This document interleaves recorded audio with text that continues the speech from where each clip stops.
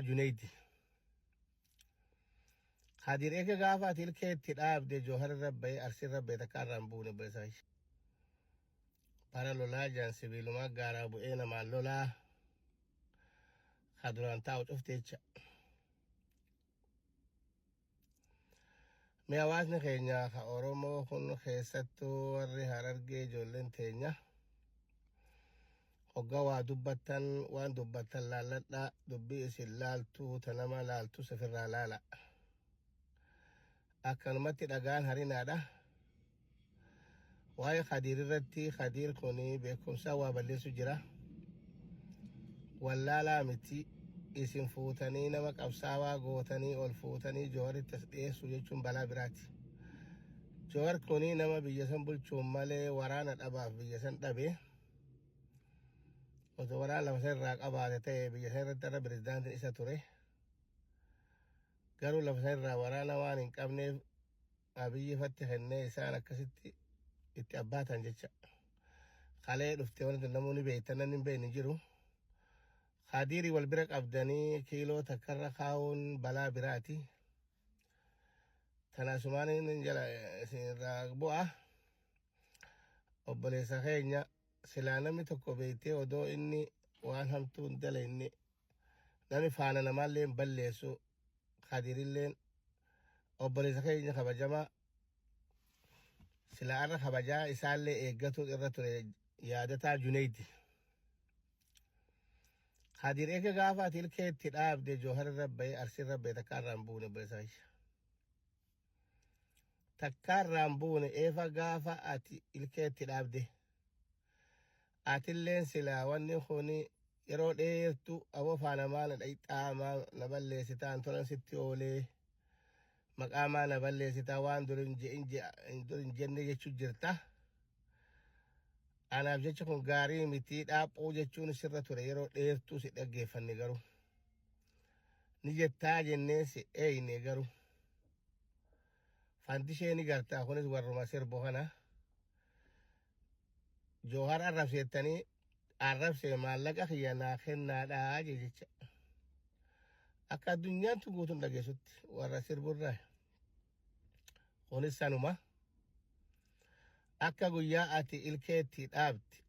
Jawhar gubbaayyaa Jawhar jechuun hiriyaasaati miti. Jawhar nama guddaa hayyuu Oromoodha.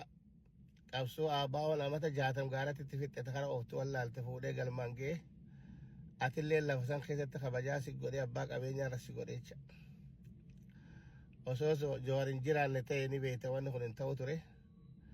Namni kun maraataa miti hawaasni keenya silaa godhiin galata hin qabduu jenne hijaa malee. Wanni Jawhar mudate sanumaa godhii galata hin qabne Jawhar mudate malee badiin biraan jirtu. Obboleessa keenya nurraa dhoorgii Khadiir yaadataa Junaidi. Akka guyyaa ati ilkee itti keesse Arsii gubbaayyaa Jawhar gubbaayyaa wanni kun ifa gala qajeelfama wahiiti ammoo maqaan sirra gala siit ilkee itti dhaabee nurraa dhaabii Khadiir. Hedduu kabajaa si eeyne garuu ni jettaan je'eenne yeroo dheertu odoo dhageessu atillee dhuftee turte. Namni kun bakkatti namarraa dhaabbatu hin qabu. Sababa ilmi namaa kuni hoshonshora ta'e hoshonshora nama jechuun hoshonshora. Khadiir nagaan keessaa caccabxuudhaa kan nagaan rabbi isaa faarsaa tasbii qalaa godhaa urgaawaa ture Khadiir. Urgaawaa mi'aawaa nama hundi bakka namni dhaabbatu bakka inni dhaabbatu namni cufti argu jechuudha. Ilkeen kuchiiftee jecha nu harka. Saniif ati ilkee dhaabuu keetiif galatoomi garuu nu arrabsiisuu irratti hayyuu arrabsiisuu jirtaa kutaa namaa tuqu jechuun maal jechuudha. Mee wanni birallee yoo isinitti tole kutaa dhugaa inni arrabsiisutti garuu yaadataan bakka cufa jirta garuu akkas ilaallutti nuti nama cinaa bakka dhaabbatu miti. Namni diinii fi namni abbaan qabeenyaa jedhan hawaasa hundaa wal qixaa jedhani. Namni qabeenya qabuu fi namni diirra biitiin deemu nama cufaa wal qixaa siyaasaa kasiraatuun qabu jetti Oromoon. Akkasanii asumaan gabaabsaa obboleessa keenya biraan gaya sheer godhaadha.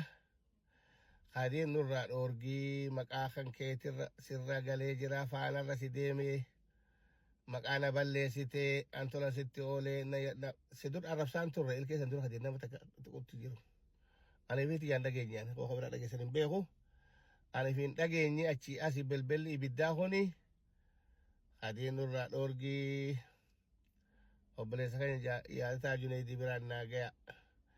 Isin hawaasni keenya hawaan dubbatu hawaan dhiisuun beeyni Khadiirii fi jawwee keenya kiilota karatiin deddeemuun keessan xaasaa bira.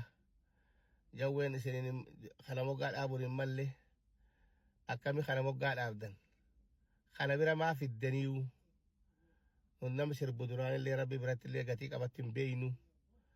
Namni sirbu Oromoo dubbatu maa hanga tokko jenna waan Oromoo haajee jennuuf jenna malee. Rabbi biratti illee sirbi waan nama ibidda nama geessa malee qajeelloo jannata namaa fiduun hin qabu. Sirba isaatii miti qawween aabaa otoo biyya sana hin bilisoomsine. Namni biyya bilisoomsee kubbaa abiyyi harka kaayee jawaa harii. Saniif warra silaa abiyyi nuyi galatoonfatu irra ture. Waan arrabsaniif waan wanni gootan laala. Mee isin ijoolleen teenya Arsii keessa illee Harargee keessa nama arrabsu kana. Nama arrabsu kun nama haadhaa fi abbaatu mee biyyaa yaa'e. Nama yeroo biyya jirullee haadhaa fi abbaa cafaqu ta'uu namoonni beektanii aboosin beekaa ati ganda keenya haadhaa fi abbaa keetiifuun tollee eenyuuf toltaa asirraa afaan bantaa ja'anii walitti himuu danda'a garuu. Namni nama arrabsu nama nagaa qabuu miti. Namni nama arrabsu nama haadha fi abbaatu maal dhufeetu asir gubbaa nama arrabsaa nama hayyuu gurguddaa aalima gurguddaa sheekoti aalimatu qabnu isin jalaa ba'utti jirtu. Namni Joohar arrabsu nama haadha fi abbaa arrabsu. Qoradhaa ijoolleen gandaa itti gayyaa waan kana kijiba himutti hin jiru waan dhugaa jirtu sitti mutira. Namni namarraa qaanfatu rabbirraa qaanfata jaanii. Namni kun hiriyaa teessanii miti. Addunyaan faranjiitun Joohar arra addunyaan karam deemti yoo isa gaafatan. Iraan garam deemti. Suuriyaan garam deemti. Afrikaa kana keessaa biyyi lolli yoo ta'e kara waan inni bisan dhaggeeffatee itti fayyadamaniir. Baali boo. Foon harree rabbi sin godhe foon harree gaaratti fana daaraa keessa malee ciisu jaanii. Foon harree rabbi naman godhini hawaasa keenya rabbi nama kanaa isin kan itti fadhaadha. Jabeeffadhaadha maqaa isaallee nama dha'urrallee itti bobbaa ammoo arsiirraa gabbu'a. Arsiirraa gabbu'a arsiin obboleeyyan keenya nuuf isaan obboleeyyan tokko. Namni gosaan nama naannessan warri as gubbaa gosaan deddeemtu namni jidniin gosaan maraachiti. Warra jidniin gosaan maraachiti hawaasa irraa gabbu'aa wal nu nyaachisina hawaasa keenya rabbi isin uume sodaadhu rabbi illee nurraa isin haa dhoorgu. Assalaamu alaikum warahmatullaahi wabarakaatuh.